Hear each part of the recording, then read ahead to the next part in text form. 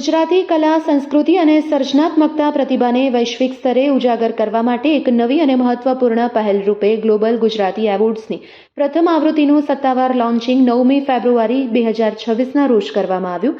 આ એવોર્ડ્સનું આયોજન AR9 holidays private limited દ્વારા કરવામાં આવી રહ્યું છે, જેમાં 7 માર્ચે કલ્ચરલ નાઇટ અને 8 માર્ચે ભવ્ય એવોર્ડ નાઇટનું આયોજન ગુજરાતના વૈશ્વિક ઓળખ ધરાવતા સ્થળ કચ્છ યાત્રા રિસોર્ટ દોરડો ખાતે કરવામાં આવશે.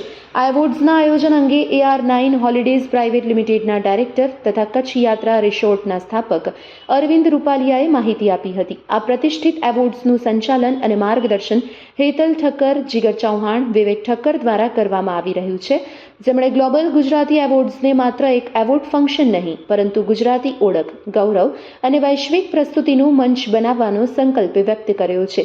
ગ્લોબલ ગુજરાતી એવોર્ડ્સ અંતર્ગત કલા, સંસ્કૃતિ, ક્રિએટર્સ, ફિલ્મ અને સંગીત ક્ષેત્રમાં ઉત્કૃષ્ટ યોગદાન આપનાર વ્યક્તિઓને 40થી વધુ કેટેગરીમાં સન્માનિત કરવામાં આવશે.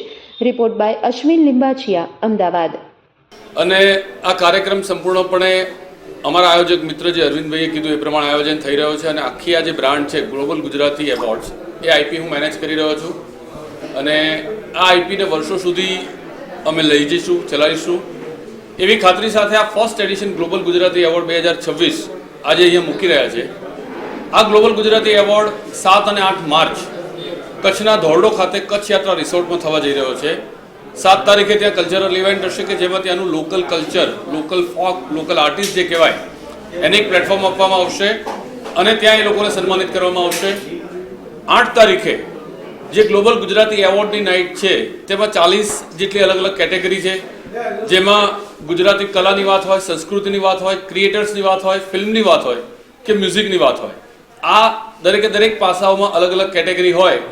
એ કેટેગરીઓમાં અમે નોમિનેશનથી ડિક્લેર કરીશું કે કોણ એમાં વિનર છે, કોણ ત્યાં આવી રહ્યું છે. અને 40થી વધારે સેલિબ્રિટીઝ ત્યાં ભેગા થશે કે જેમણે અલગ અલગ દિશાઓમાં, અલગ અલગ પાસાઓમાં પોતાનું નામ બનાવ્યું હોય. એ કલાની વાત હોય, કલ્ચરની વાત હોય, ક્રિએટર્સની વાત હોય કે પછી ફિલ્મની વાત હોય, best film, best music director કે બેસ્ટ સાહિત્યકાર, આવી અલગ અલગ કેટેગરીઓ ત્યાં હશે અને દરેકે દરેક પાસાને આવરી લેવામાં આવશે. અને આ ગ્લોબલ ગુજરાતી એવોર્ડ 7મી અને 8મી માર્ચ કચ્છ યાત્રા દોરડો રિસોર્ટ ખાતે યોજવામાં આવશે. ગ્લોબલ ગુજરાતી એવોર્ડ નાઇટમાં 40થી 50 જેટલા એવોર્ડ્સ છે અને આગલા દિવસે જે કલ્ચરલ નાઇટ છે એમાં પણ લગભગ અમે 10થી 15 લોકોને સન્માનિત કરીશું.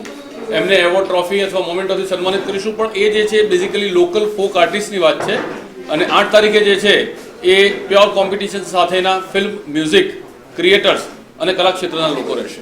મારું નામ અરવિંદ રૂપાલિયા છે. હું બેઝિક કચ્છથી છું અને કચ્છ યાત્રા રિસોર્ટ જે છે એ અમારા અંડરમાં ચાલે છે. AR9 હોલિડેઝ પ્રાઇવેટ લિમિટેડ અમે એક મોટી બ્રાન્ડ બનાવવા જઈ રહ્યા છીએ.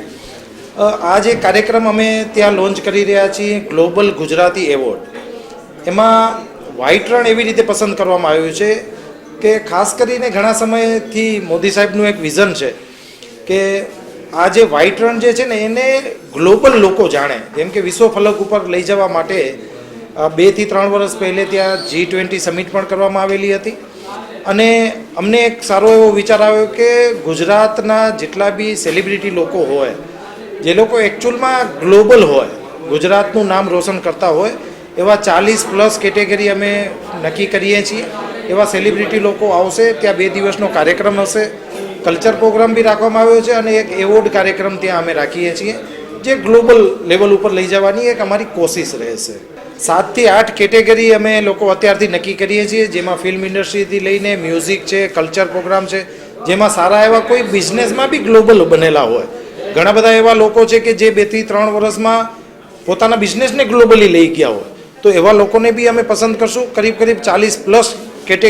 40+ સેલિબ્રિટી લોકો હશે, એમાં 7 થી 8 અલગ અલગ કેટેગરીને અમે પસંદ કરવામાં આવશે.